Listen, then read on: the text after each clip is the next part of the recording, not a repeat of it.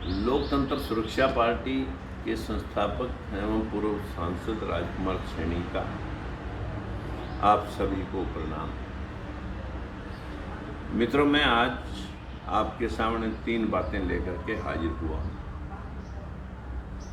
आपको अच्छी लगे तो अपने हर मित्र तक, अपने हर रिश्तेदार तक, दलित और पिछड़े व्यक्ति जहाँ तक आपकी पहुँच हो, इसे जरूर पहुँचाएं।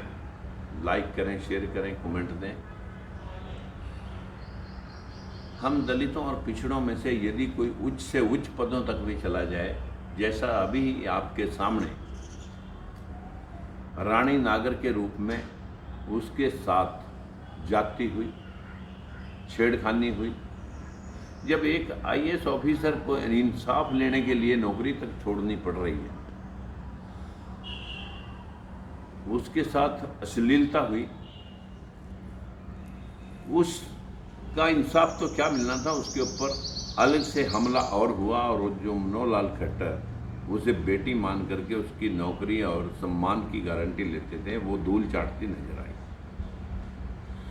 मित्रों, ऐसा ही दर्द लेकर के हम दलित और पिछड़े हर रोज अपनी चारपाई में मुंह छिपा करके रोते हैं, लेकिन हम अपने वोट के इस्तेमाल को मुट्ठी भर चाटुकार नेताओं के बदौलत झांसे में आकर के पिछले 70 साल खो चुके हैं। अन्यथा वोट आपके पास है, आप किसी को दोष नहीं दे सकते कि हमारा ऊपरले लोगों ने शोषण किया है। शोषण के आप खुद जिम्मेवार हैं। मित्रों, इसी प्रकार की व्यवस्था में हमारे महापुरुषों तक को भी बख्शा नहीं जाता। आपके सामने अनुष्का शर्मा, जो एक अभिनेत्री है, जिसको शिक्षा का अधिकार माता सावित्रीबाई फुले के प्रयासों के कारण उसको अपना रूप, अपना जिस्म दिखाने तक का वो हुनर तब मिला जब उसे शिक्षा मिली। लेकिन उसने पाताल लोक फिल्म में अपनी कुतिया का नाम सावित्री रखा है।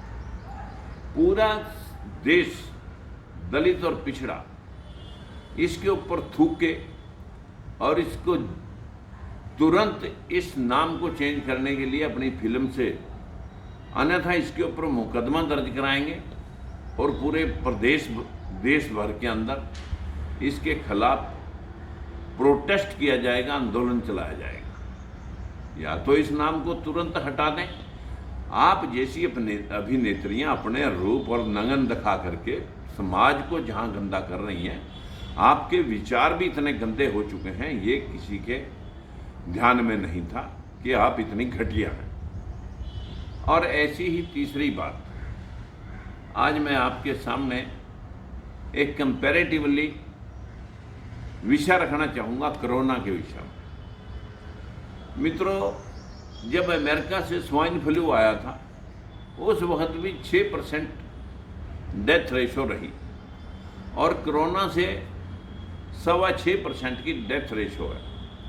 लेकिन उस वक्त कहीं लॉकडाउन नहीं हुआ। जब देश के अंदर प्लेग हुई थी तब भी लॉकडाउन नहीं कहीं हुए। देश के अंदर हैजा, चेचक, प्लेग, टीबी और अनेकों बीमारियां रही जिनकी डेथ रेट इससे कहीं ज़्यादा रहे। लेकिन मुझे ऐसा लगता है कि कहीं विश्व के अंदर ये एक षड्यंत्र तो नहीं चल रहा, क्योंकि अमेरिका के खिलाफ बोलने की हिम्मत किसी में नहीं है। सभी लोग उससे सहायता पाने के चक्कर में जी हजूरी करते रहते हैं। और चाइना, जिसने अपने लोगों को रोजगार देकर के पूरे विश्व के अंदर धमाका उठा रखा है, पूरा विश्व का बिजनेस कैप्चर कर लिया, ऐसा ही ये एक वायरस चाइना से निकला। इस वायरस को फैलाया गया, या चाइना हमारा तो पहले भी हमारा दुश्मन रहा है, क्योंकि उसने तो हमारे बहुत बड़े भूभाग के ऊपर कब्जा कर रखा है। लेकिन चाइना ने अपने लोगों को रोजगार दे करके सस्ते से सस्ती चीज मार्केट के अंदर पूरे विश्व के अंदर उतार रखी है, जिससे हर देश बेरोजगारी के आलम में फंसा हुआ है। कहीं इसका भय टीवी चैनलों के माध्यम से दिखा करके सभी सरकारें एक रणनीति तो नहीं ले रही कि भाई कोरोना चाइना ने पूरे विश्व के अंदर छोड़ा है, ये तो लोगों की जानकारी में बहुत संभावनाएं इसके साथ जुड़ी हुई है, लेकिन जो गरीब तबका है, किसान है, मजदूर है, जो दिहाड़ीदार है, रेडी फड़ी वाला है, जो हमारे 85% लोग इस कमजोर तबके के साथ छोटा उद्योग धंधा इसी में आता है, आज उनकी हालात इतने नाजुक दौर से गुजर रही है कि वो वर्ष के अंदर भी अपने धंधे को पटरी पे नहीं ला सकते। जिनके पास सब कुछ है वो तो बैठ के खा सकते हैं, जो हर रोज अपना पेट पालने के लिए हाथ पैर चला करके अपना जिस्म बेच करके अपना घर चलाते थे, जब काम धंधे पड़े बंद, 2 करोड़ नौकरियां मोदी जी ने कहा था हम हर साल देंगे, 2 करोड़ नौकरियां हर साल। इंडस्ट्री ठप होने की वजह से, उद्योग धंधे ठप होने की वजह से, बड़े बड़े मॉल और बड़े बड़े रेस्टोरेंट ठप होने की वजह से लोग 3 महीने से अपने घर को पैदल जाने के लिए मजबूर हो रहे हैं।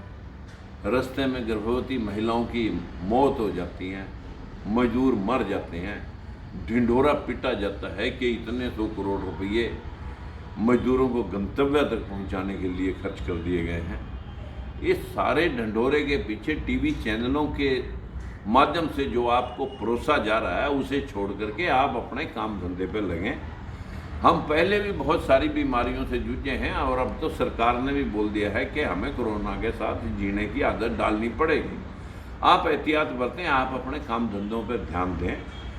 टीवी चैनल तो आपको बहुत कुछ परोसते रहेंगे जो सरकार कहेगी। सरकार ने तो अरबों खरबों रुपए टीवी चैनलों पर खर्च करके आपका ध्यान समेट लिया है कि आप हिंदू मुसलमान के बारे में सोचें, इस देश के कोरोना के बारे में सोचें, आप अपने उद्योग धंधे के बारे में मत सोचें, आप अपनी बेरोजगारी, अपने बच्चों के विषय में मत सोचें। मेरी आप सभी से विनती है, वोट आपको दे रखा है महात्मा ज्योतिबा फुले और भीमराव अम्बेडकर की उस विचारधारा को आप घर घर तक पहुंचाएं कि हमें किसी का कुछ नहीं चाहिए, हमें चाहिए हमारा हक, और हक मिलेगा आपको अपनी वोट डालने के दिमाग से। आप जब अपनी हिस्सेदारी मांगते रहेंगे, मांगा हुआ कोई किसी को भीख भी नहीं देता। राज हमेशा लिए जाते हैं और वहीं से आपके हक स्थापित होंगे। बस मैं आज आपसे विनती करूंगा कि जीना सीखिए। हमारे देश में पहले भी बहुत सारी महामारियां थी, इन महामारियों को हमने चेचक को, प्लेग को जब कंट्रोल किया तो कोरोना को भी कंट्रोल कर लेंगे।